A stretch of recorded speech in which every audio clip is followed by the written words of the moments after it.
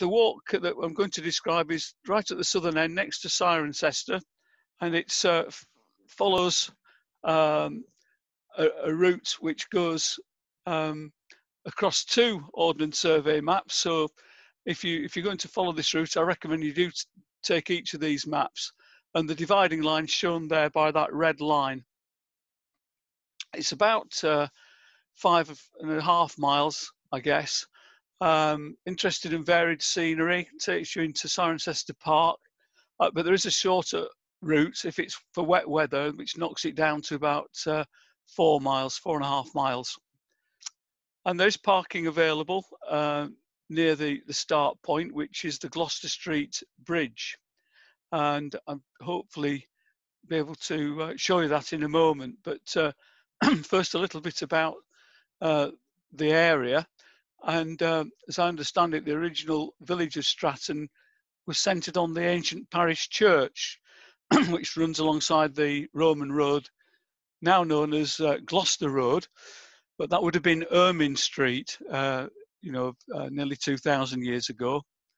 And whilst the eastern side of the Ermine Street is quite built up with housing, to the west, the parish consists of extensive open fields and woodland, ideal for country walking, but who knows, in 50 or 100 years from now, some of that might be built up as well, the way things are going. And just to show that the walk this morning is right at the end of what I've come to call the Churn Valley Way, which ends at the sort of garage. I suppose that's the easiest landmark. The overall route goes through the old village of Stratton, the original village, to the parish church, then out across the fields towards Daglingworth, then back along a metalled road past the polo fields, and then into Cirencester Park, down a feature known as the Broad Ride, and then back past the swimming pool to the start point. So here's the garage I mentioned earlier, and the actual start point is the Gloucester Street Bridge, which you can see there on the map. And alongside it, there's another picture of some people having a picnic, enjoying paddling in the river. And so the route heads up into sort of parallel to the Gloucester Road, and we're just going to start going along it now. And you probably recognise that some of these pictures are taken from Google Earth, so I've got to give credit to that. So if obviously I could have stood in the middle of the road and tried to take this picture, but I might not be here now to give you the talk. Further up the road, there's a very well-known turning. The 435 goes off towards Cheltenham, and at that point, I don't know if you can see a bit of daylight breaking in from the left-hand side of the picture, and there's a gap in the trees which takes you through into a field. This is the stile, and immediately there's a little stream going off towards Cirencester. But if you turn in the other direction, then that's looking back to where Rob and Margaret have come through that gap in the hedge that I was telling you about. But in the other direction, you go across a massive field, and after about 5 minutes, you start to enter a housing estate through this tiny little gap. So interesting feature.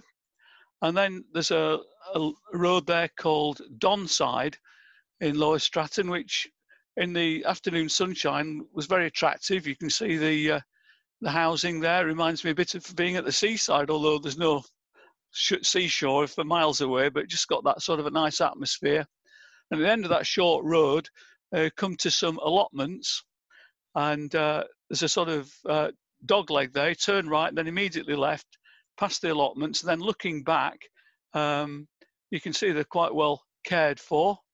And then continuing along the side of this wall, past the allotments, you then enter a large field through this little gate. And there's Stratton House Hotel and some of those other places that we are familiar to us over on the main road, on the Gloucester Road, previously Ermine Street. The path there starts to go past some huge trees along the side of the fence there. Just an odd glimpse through into mansions hidden away in the on the west side of the road. And then you come to the old school, which looks like it's a Victorian structure. Some extensions at the front and the back, but I don't know much about the history at all of this school building. But it did occur to me that it might make a church hall if we wanted to find the money for something like that, because it's only about 200 yards from the church building, which is across these fields here. And you can see we were there about 3 weeks ago, just as the blossom was starting to fade a little bit, but it is absolutely glorious just in front of the church there, if you're there at the right time of year. So just a few words about the parish church of St. Peter in Stratton. And it is a Norman or possibly even a Saxon foundation, but only the south wall, which we're looking at now, has survived from the Norman period. And there's our leader, the Reverend David Minns, who's the rector of the Churn Valley Benefice, and I took this picture of him soon after he arrived, and certainly got a glorious start to his ministry.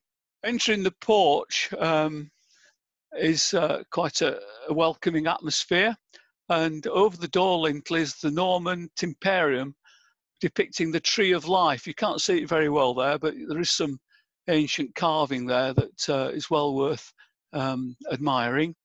And then I read somewhere that the original oak-studded door was once covered with leather, and we brought it into the 21st century quite recently by fitting an automatic door locking mechanism on a time switch, the same as we have at Cowley Parish Church. And we're grateful for the expertise of some of the local PCC members who've persevered with that to get it working perfectly now. Inside the parish church, this is the nave leading up to the sanctuary, of course. It has been over, well, it's 1849, 1850 was when it was last had a major restoration. But as the Reverend David pointed out, over on the left in the side chapel, there is potential for further development, perhaps putting in a mezzanine floor. But so it's a bit of a chicken and egg situation. Do we need to grow the congregation before we put the extensions in, or should it happen the other way around? Anyway, that's beyond my pay grade. There are some beautiful stained glass windows in Stratton Parish Church. This one on the left, inspired by Revelation 3:20, with Christ standing at the door, and symbolic that the handle, the key for entry, is on the inside, so it's up to the individual whether they want to have Christ in their life or not. And then over on the right side, this is a very nice stained glass window depicting St. Peter holding the keys into the kingdom. And on the bottom there's the cockerel, which crowed, you may remember, 3 times in the gospel story. Here's some congregation members. I won't dwell on this because you can come back and have a look at it in greater detail later on, but we're very fortunate to have several members of the congregation who've been involved with the church and committing their time for several decades.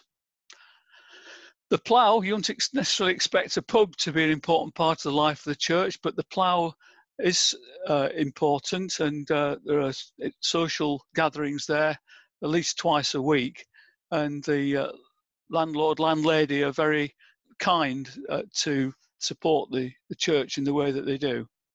The church has in the past had quite a strong presence of young people, and the Reverend Jan Moore and others have put a lot into the young people's ministry, particularly thinking of the Messy Church, which was around and going very well about 4 or 5 years ago. Here's some of the pictures which the kids have produced. And these little figures of the Holy Family come out every Advent, and they overnight in each of the houses, well, not all of the houses, but several of the houses in the run-up to Christmas. In the summertime, the Reverend David has brought to us this summer kind of club for children and young people, and that's getting well established now. More recently, the church has had some recognition of the environmental work that's been going on over several years. Some of the key people who've worked on that over the years. If we go out to the back of the church and down the road towards Daglingworth, have to cross over carefully to the other side of the road, down the footpath, and then opposite the cemetery on the right-hand side of the road, cross over again, and then there's a little footpath that goes down through a shady area to the bottom of the hill. And there's Margaret and Rob walking down towards me. And the stream is met there at the bottom of the hill. So that's looking back towards Cirencester. And if you spin round in the direction, there's this gate. And over on the left, you can see gates of a private house. But going through the footpath, then you get a glimpse across to the big gates and quite an interesting looking character on the wall there. Looking back a bit further beyond those gates, you can see some of the houses and the original settlement of Stratton. And further, I'm sort of walking backwards here, but I want to just draw your attention to this little post on the left. It's not very obvious, but that post is an important marker for a route which then goes, a footpath which goes off to the right, following the stream in the general direction of Daglingworth. So that's where we're going to go initially. And just to remind you, we've come up from Cirencester to the Stratton Parish Church, and now we're heading off towards that red line, which you can see marking the divide between one map and the other map. There's a little ford which goes across the stream, and that stream does flood up in the winter months. And the first time I walked this, there was a flood which was quite extensive, really, almost welly boot depth, and it went on for several hundred yards. So in a moment, I'm going to just describe an alternative route for other times of year. Clearly, I was shocked to find a deer that had been brought down, possibly by another animal from the look of the back end of it. And then, this may be total coincidence, but 20 minutes later, near the polo fields beyond Daglingworth, I caught a glimpse of a big dog, which turned out to be a German Shepherd on the loose. Anyway, on a more pleasant note, walking across the field beyond at that point, the footpath rises up to the edge of Daglingworth, and I read somewhere that there was evidence of a Roman villa just on that side of the hill there. This is actually a picture taken from Google Earth on the road into Daglingworth, but it just gives a better sense of perspective. A little bit further on, climbing over a stile, and then there's a very narrow corridor between two fences which take you past the farm buildings to the road in Daglingworth. And I was very struck by the window here with these three little slits, which looks like quite an ancient window to me. But then the route turns sharp left, so that's where we've come from, where the red dotted line is, and then it turns off to one side, as you can see, towards Cirencester Park. Along the way, you pass by the Greenhill Equestrian Manor Farm stables. It's a very good road, and there's a barrier across it, so you can't drive, but I guess you could obviously take bikes and horses along here. And it climbs very gradually this little hill, and then opens into the most enormous field, which some of you will know far better than I do, but I can imagine it would make another airport for some, if ever flights get going again after the COVID pandemic. But it's an absolutely massive field. Oh, I should just say there's an important landmark here in that the polo score sheet is available. But the other alternative route, if it's very damp, is to take a shortcut, which you can see on the map there, and that takes about a mile and a quarter off the overall route, and it gets you to the same place. So if you go back to where the house was and the stile, there's the marker that took us off to the right to Daglingworth. But if you then walk up the side of the wall, you could have views across to the manor house, which you can see. And this looks like the obvious route, but it doesn't. I'm not sure whether this is an official footpath or not. It may just be a farm track where permission is granted for people to use it. But I think it's quite a popular route. And there's a view looking back towards Stratton. Again, they're keen to protect the margins at the side of the track. And there in the very distance, I don't know if you can make it out, almost in the middle, there's a view of Cirencester Parish Church. So a very prominent landmark hereabouts. Further up the track, you come into some woodland, and over on the right at that point, there's something called Upperfield Barn. The horse ambulance. So anyway, they've got one ready for the polo events there.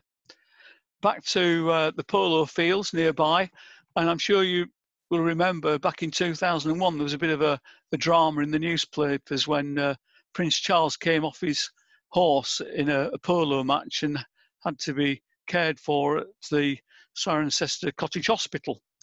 So I managed to find that one on the internet. So now we're in the polo fields over near the North indicator there, and heading into Cirencester Park. That's the view, incidentally, looking back where we've come from towards the Upper Field Barn. But that's the view across the fields. And that's the view looking south towards Cirencester Park. And as you can see, the views are pretty similar in both directions, vast open area. And that line you can see over on the right is the edge of the polo fields, presumably to stop the ball from running away too far. At the woodland you can see there, that's when you actually enter the Cirencester Park, and there are the opening hours, 8 till 5. Unfortunately, bikes aren't allowed in there, but there's plenty of open space, good for walking, and that's looking back down the road. There's the barn that you can see in the very distance, just to give you a feel for the lie of the land. The first time I was there, there's quite a lot of forestry work going on, and access was closed in certain areas, but you could sort of skirt around it. And then when I was back there a few weeks ago with Margaret, and we had the benefit of sitting on one of the trees that they'd brought down a few weeks earlier.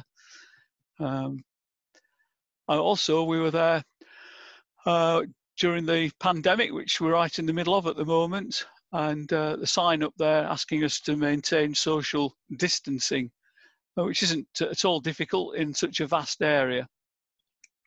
A view out across the fields towards a water tank, the odd private house lurking in the forest, and here's wild garlic, which smell absolutely overwhelming in places like this, and very beautiful to admire.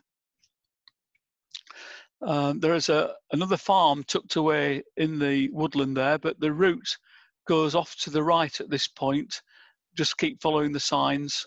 That's a false turning.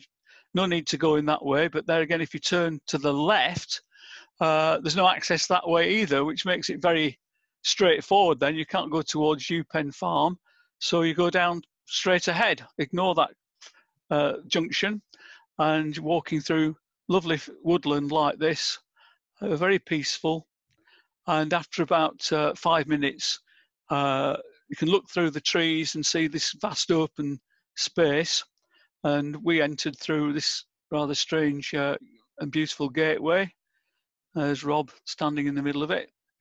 And then you're in something, I think it's called the Broad Ride, with horse chestnut trees on both sides. And there in the distance, you can probably see Cirencester Parish Church again. So I went off to one side for the moment and took a close-up of the horse chestnut trees, because they are so magnificent at this time of year, and just speak so much of God the Creator and the genius that put together such beauty and functionality all in these wonderful trees. Further down, there's a folly built in 1736, imaginatively called the Hexagon. I didn't bother to go and check that out, but probably a nice place to sit and have an ice cream. And there's the odd display board in the park where you can mug up on the history of the place. It has had a very interesting history. It was a deer park hundreds of years ago, and then a military base more recently, and a hospital.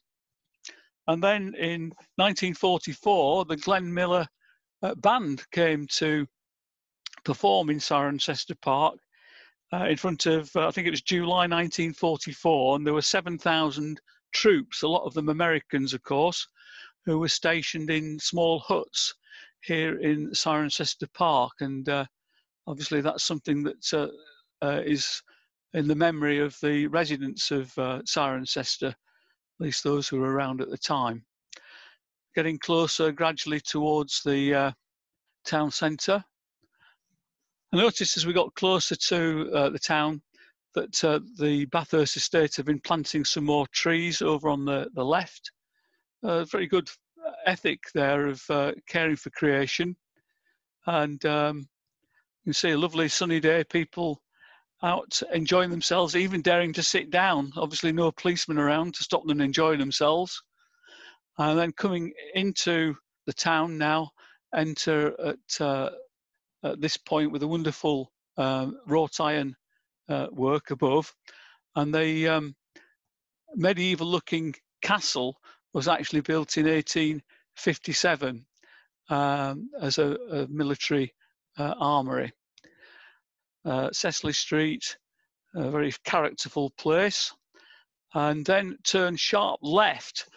If we can't really fail to miss this, which is sitting there on the corner, and that takes you along Riverside Walk. This is the entrance or the exit to the Cirencester open air swimming pool. Can't say that I've ever been, but it has got a very interesting history, and I think has been serialised by Corinna in the Parish Link magazine over the last 2 or 3 months. So do go and have a look at that if you'd like to. A little canal flowing from Barton Mill, and again very interesting history here, going back to the 1560s, and again would have been an important part of the life of Cirencester, feeding the town in that period. Footpath goes across the bridge past some new houses, and then enters some very nice pasture land with some horses that you can see there. There's one of the nice things about this walk are the interpretation boards along the way, where you can find out a little bit more about the history, and then looking across the mill race or the little canal to one of the houses. And then at this time of year, the vegetation's absolutely at its best.